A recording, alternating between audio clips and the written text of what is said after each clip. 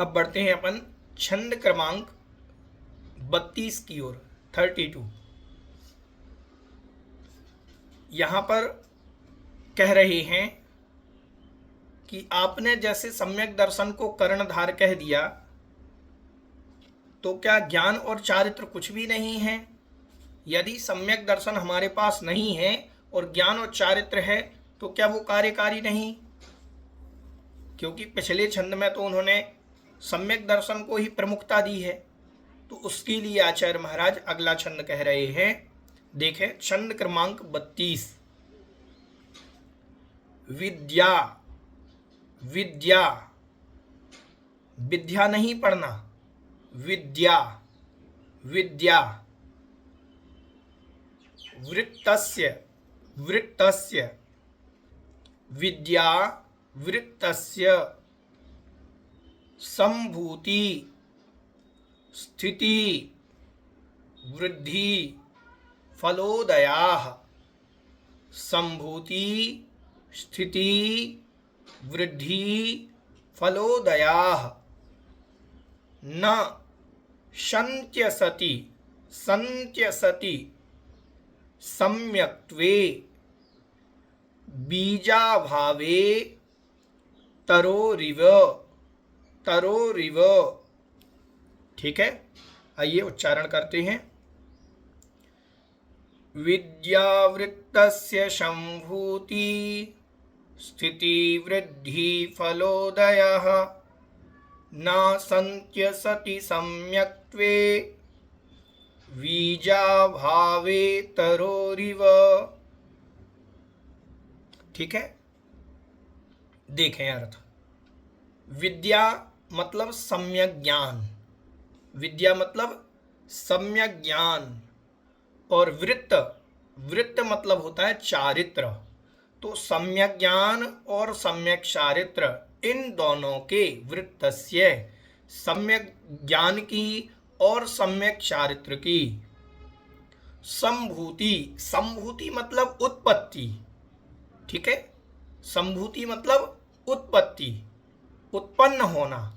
सम्यक दर्शन के बाद जो सम्यक ज्ञान और चारित्र होता है, तो वो सम्यक ज्ञान और जो सम्यक चारित्र है, वह सम्यक ज्ञान और चारित्र, उन दोनों की संभूति मतलब उत्पत्ति, उनका प्रादुर्भाव, तथा स्थिति, स्थिति क्या कहलाती है? स्थिति कहलाती है वस्तु तत्व का यथार्थ ज्ञान होना, वस्तु तत्व को यथार्थ जानना। सम्यक ज्ञान क्या है, सम्यक चारित्र क्या है, इनकी यथार्थता क्या कहलाएगी? जैसे संभूति मतलब इनकी उत्पत्ति और इनकी यथार्थता मतलब वास्तविक ज्ञान। ये वास्तविक रूप में तभी होंगे जब सम्यक दर्शन होगा। और वृद्धि, वृद्धि मतलब बढ़ना, सम्यक ज्ञान की वृद्धि होना, सम्यक चारित्र की वृद्धि होना। सम्यक ज्ञान क्या है? जो ज्ञान अर्जन हमने शास्त्र आदि का अध्ययन किया है, उसमें समीचीनता आना और उसका बढ़ना।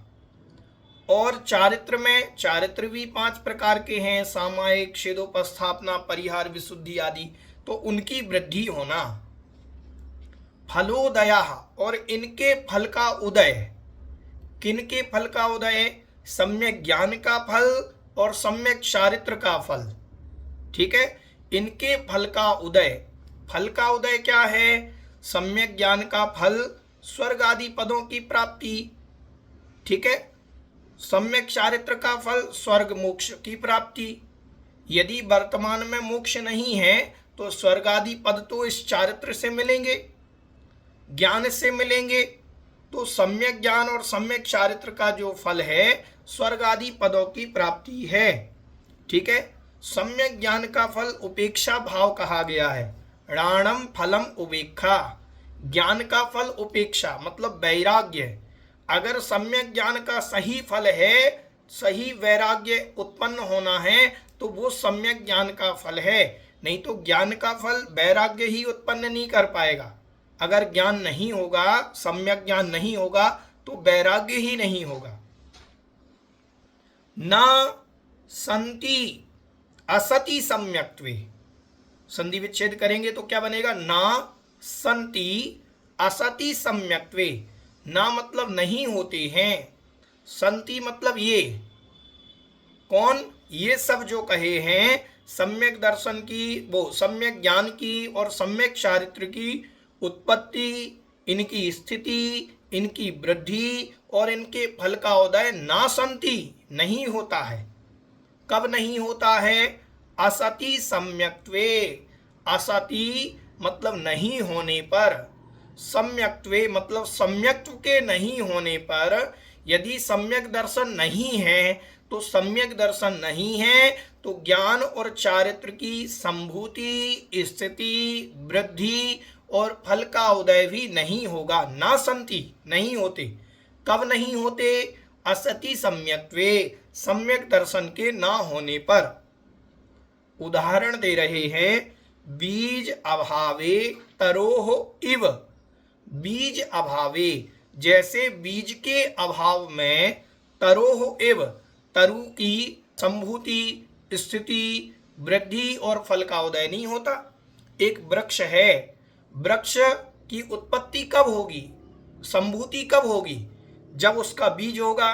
तो बीज रहेगा तो वृक्ष की संभूति मतलब उत्पत्ति भी होगी, स्थिति मतलब यथा रूप बनेगा, जैसा जिस वृक्ष का स्वरूप है वैसा बनेगा।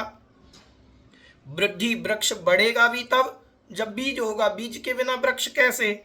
और फल का उदय, वृक्ष में फल का उदय कब आएगा, फल कब लगेंगे, फल तब लगेंगे जब बीज होगा। जैसे बीज के अभाव में वृक्ष में चारों प्रकार की वस्तुएं नहीं होती हैं, वैसे ही यहाँ पर कह रहे हैं कि सम्यक दर्शन के अभाव में ज्ञान और चारित्र की उत्पत्ति, स्थिति, वृद्धि और फल का उदय नहीं होता। समझ में आ गया। तात्पर्य ये है कि सम्यक दर्शन नहीं होगा तो सम्यक ज्ञान चारित्र उत्पन्न ही नहीं हो सकते।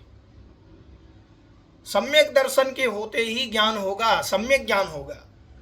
और सम्यक दर्शन होगा तो जब जो चारित्र धारण किया जाएगा वो चारित्र सम्यक चारित्र कहलाएगा।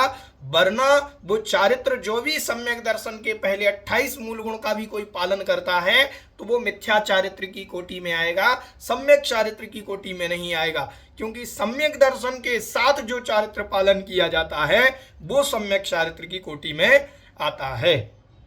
इसीलिए सम्यक दर्शन होगा तो सम्यक ज्ञान सम्यक चारित्र कहलाएगा। सम्यक दर्शन नहीं होगा, यदि कोई मुनिराज हैं और वह मान लीजिए मिथ्यात्व का पोषण कर रहे हैं, करा रहे हैं, तो उनके जब सम्यक दर्शन ही नहीं है तो उनका जो ज्ञान और चारित्र है वो भी मिथ्या ज्ञान और मिथ्या चारित्र कहलाएगा।